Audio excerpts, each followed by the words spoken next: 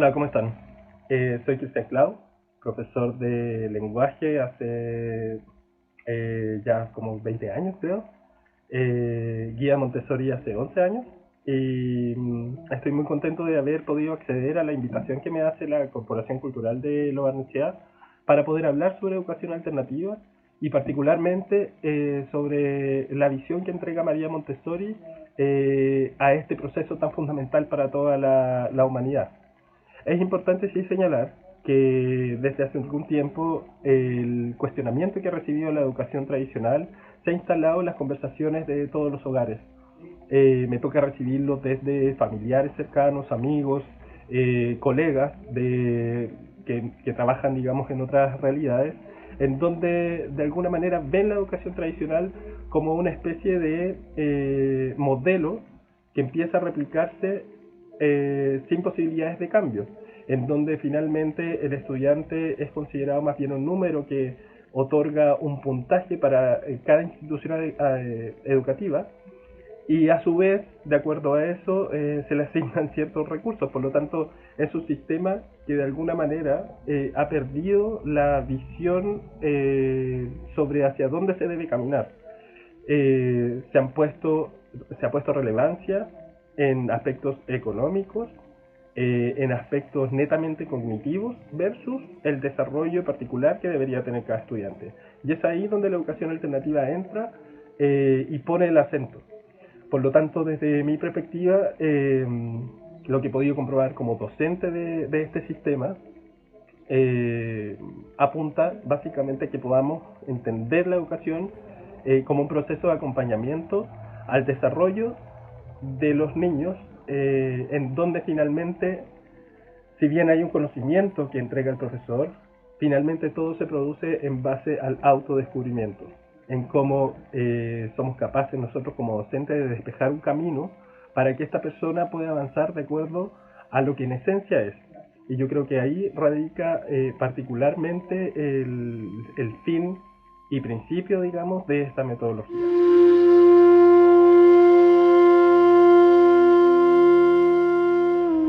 Pero ¿qué es finalmente el método Montessori? ¿O de dónde surge esta visión pedagógica? Para eso es necesario hablar sobre María Montessori, mujer que le toca vivir en un contexto, estamos hablando de finales del siglo XIX, principios del siglo XX, en donde el rol de la mujer estaba supeditado más bien a aspectos domésticos. Sin embargo, María Montessori plantea desde muy temprano la inquietud de querer insertarse en la vida académica. Después de varios contratiempos, de varios prejuicios que de alguna forma le impedían poder acceder a esta motivación que ella misma planteaba, logra convertirse en la primera médico en Italia y en base a sus investigaciones empieza a desarrollar su método, replicado en muchas escuelas alrededor de todo el mundo.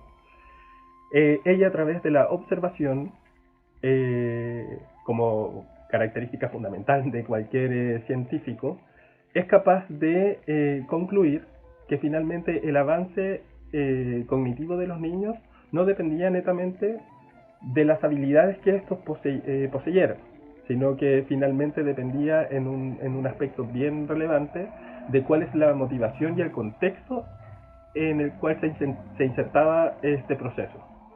Me refiero, por ejemplo, si se utilizaban los materiales adecuados y el ambiente era propicio para que el niño pudiera avanzar, iba a desarrollar un nivel tal de autonomía que respondería a las propias motivaciones que el niño manifestaba. Por lo tanto, este sistema parte desde la exploración que cada estudiante puede realizar en virtud de lo que el ambiente pedagógico, me refiero particularmente al salón de clases, puede entregar.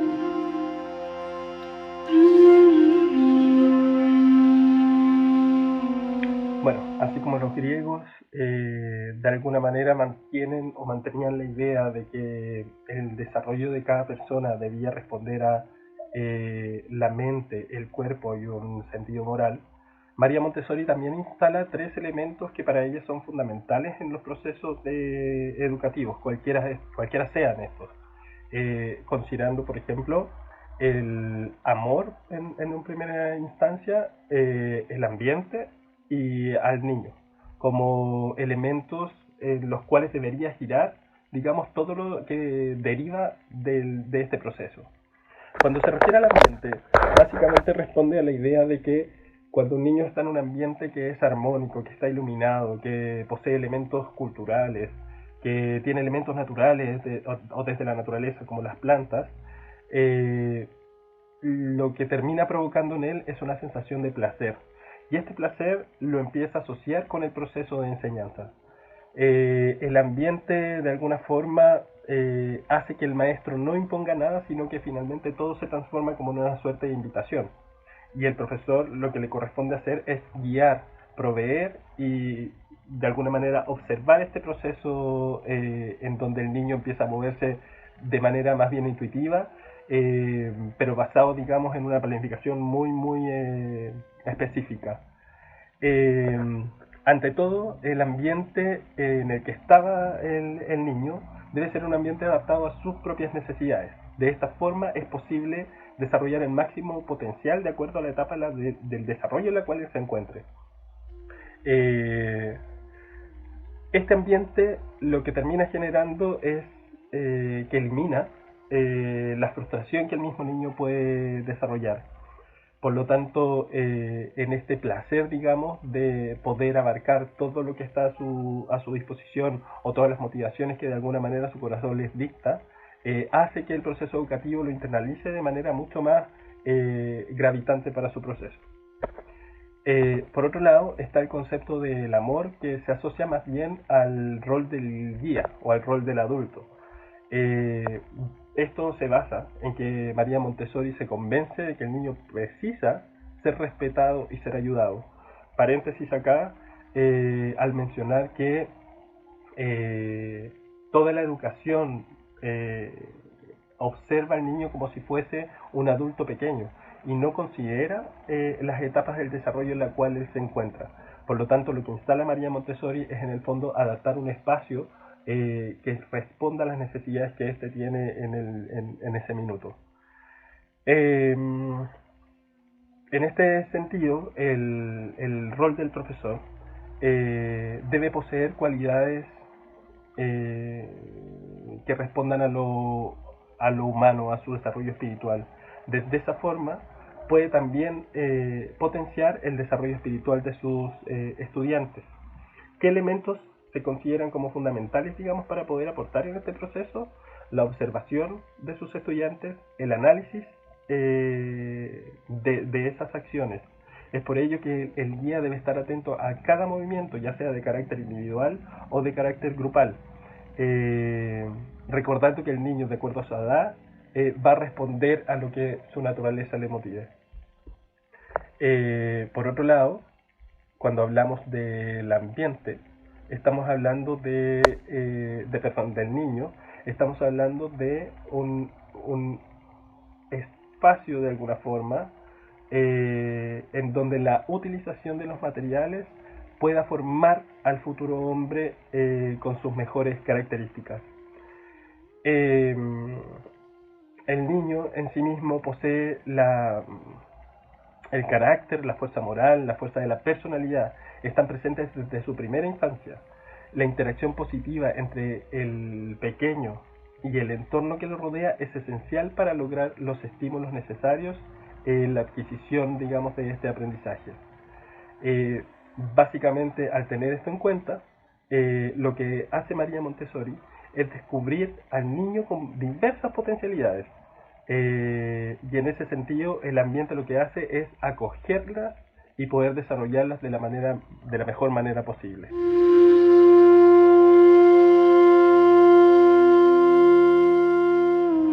Así como esta triada, estos tres elementos que hablaban del amor, del niño y del ambiente, para María Montessori se instalan, digamos, de manera muy importante en cualquier proceso educativo. Existen 7 pilares que son fundamentales, digamos, para el desarrollo de este método. Cabe señalar que con Rucalab, un grupo de profesores en Montessori, hemos estado en la tarea de poder trasladar, digamos, estos principios o estos elementos que nosotros vemos como factibles de que se instalen en cualquier sistema educativo para poder cambiar de alguna manera la visión que se tiene de la pedagogía. Y en ese sentido el trabajo más fuerte lo tenemos que hacer nosotros los profesores. Eh, Estos 7 elementos son los que sustentan, digamos, todo el proceso educativo desde esta visión y considera particularmente, en un primer lugar, la libertad como el elemento esencial. Se puede hablar de comunidad cuando actuamos en libertad, pero en virtud del respeto del otro. Y en ese sentido, este pilar se instala fuertemente en, en los diseños de planificación que cada profesor en el fondo desarrolla para el trabajo con sus estudiantes. Para María Montessori la libertad es un elemento fundamental. Consideramos acá que cualquier imposición que se haga, la naturaleza humana responde desde el rechazo.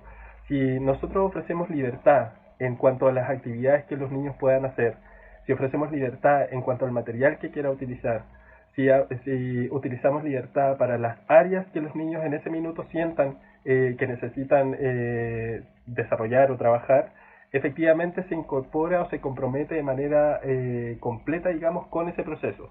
Por lo tanto, la libertad en ese sentido se transforma en un elemento muy importante al minuto de abordar, digamos, la pedagogía. Otro elemento fundamental tiene que ver con la autonomía. Cuando a los niños se les deja poco espacio, es poco también lo que él puede desarrollar como de manera autónoma. Finalmente se transforma en un proceso tremendamente guiado. La autonomía implica la autorregulación y en ese sentido poder de alguna manera dar el espacio para que ellos puedan demostrar que efectivamente esto sí se puede dar. Elegir adecuadamente es parte también del proceso de aprendizaje. El movimiento ayuda al desarrollo psíquico de cada estudiante. Este desarrollo se expresa con un movimiento, con una acción. Básicamente, cuando tenemos a los niños sentados en un salón de clase sin posibilidad de moverse más que para ir al baño, si es que eso efectivamente se otorga, tenemos poco también recursos, digamos, para poder observar. En libertad es donde nosotros como profesores recogemos información y desde ahí podemos actuar en base a las necesidades que observamos en cada estudiante. Otro elemento importante es el trabajo, ya que básicamente el principio se funda en que el hombre se constituye trabajando. Desde la mano, digamos, desde la acción, proyectamos también quiénes somos.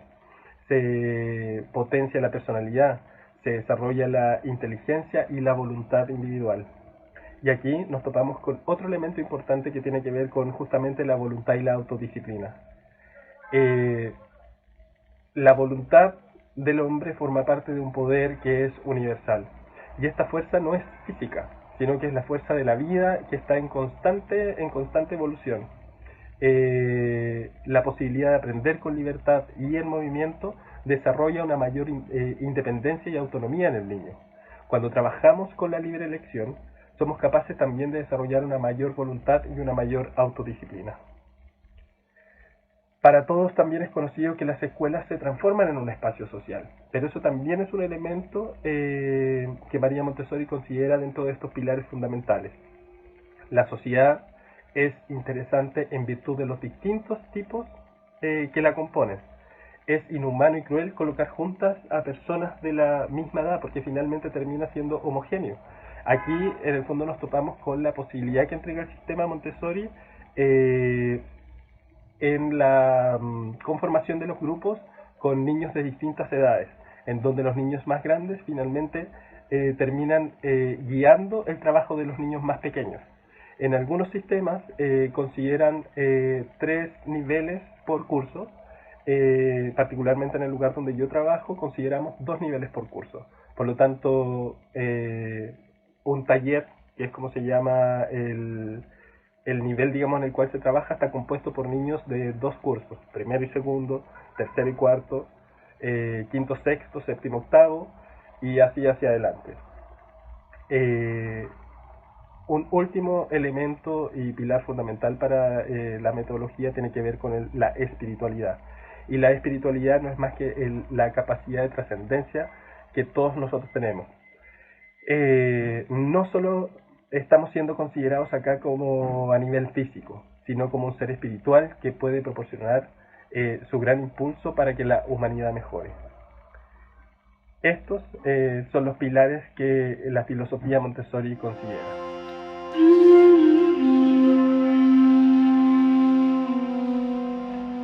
Por último, señalar que antes de poder realizar estas grabaciones, tuve la posibilidad de consultarles a familiares y gente cercana qué entendían ellos por los colegios, digamos, que se declaran como alternativos y particularmente Montessori.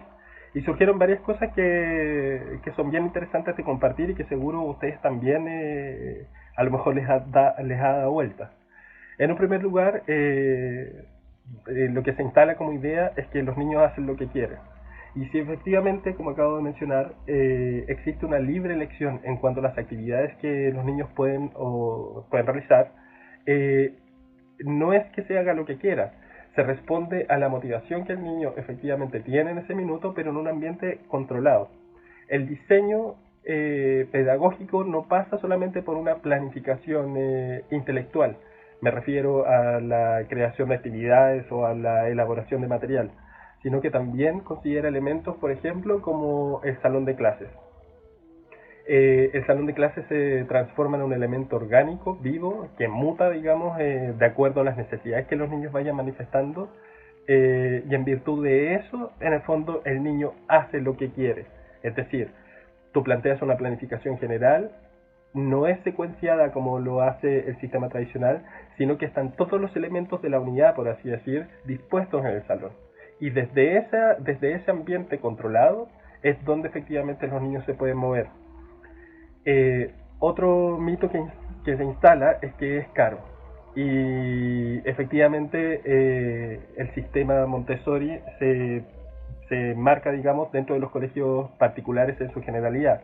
Existen experiencias en donde jardines y escuelas básicas han logrado desarrollar la metodología de manera gratuita. Sin embargo, reciben el apoyo de instituciones externas, digamos, para poder ser sustentadas. En ese sentido, claramente hay una falencia, digamos, en donde lamentablemente el Estado, digamos, no se ha hecho cargo de poder cambiar esa visión y dejar simplemente como escuelas particulares para aquellas personas que lo pudieran pagar. Otro mito que surge y que me parece muy importante mencionar tiene que ver con que los niños que salen del sistema Montessori no se adaptan al sistema tradicional. Y desde mi perspectiva, bueno, yo trabajo en un colegio que tiene esta enseñanza media. Los niños efectivamente cuando salen del colegio y entran a la universidad muestran notables diferencias en relación a los que vienen del sistema tradicional, básicamente por la libertad a la que siempre estuvieron acostumbrados. Por lo tanto, poder lidiar con la libertad que plantea la universidad los deja mejor preparados para poder afrontarla. Junto con eso también el desarrollo de la argumentación o de la visión que cada uno de ellos puede desarrollar en virtud de los distintos temas importantes, digo, como seres humanos, también les entrega una característica bien particular. Son niños que fundamentan mucho, que tienen una posición clara frente a temas importantes y que no temen dar su opinión.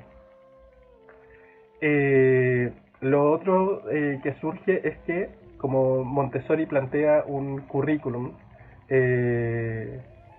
van atrasados, según el mito, digamos, van atrasados según lo que el ministerio propone. Y si bien se hace una adecuación de acuerdo a lo que el ministerio propone, seguimos siendo escuelas que estamos dentro del sistema, por lo tanto respondemos también de esa forma a lo que el Ministerio de Educación plantea como necesario para cada edad. Lo que puedo señalar como último punto es que me siento muy afortunado de poder trabajar en este sistema. Siento que hay muchos elementos que son necesarios considerar para en las escuelas tradicionales, por ejemplo, y seguiremos trabajando para que se instale de una vez la visión que nosotros como profesores tenemos que tener en lo que significa nuestra profesión. Y aquí me quiero detener y hablarle específicamente a los que son o hacen pedagogía. Más allá que entregar conocimiento, lo que debemos pretender es que la experiencia pedagógica que propongamos en nuestras salas sean de verdad relevantes para que los niños, en virtud de eso, puedan adquirir el conocimiento. Eso, espero que esta pequeña conversación les haya servido, les haya aclarado a lo mejor ciertas dudas y nada, agradecer la atención prestada. Un abrazo a todos y nos vemos pronto.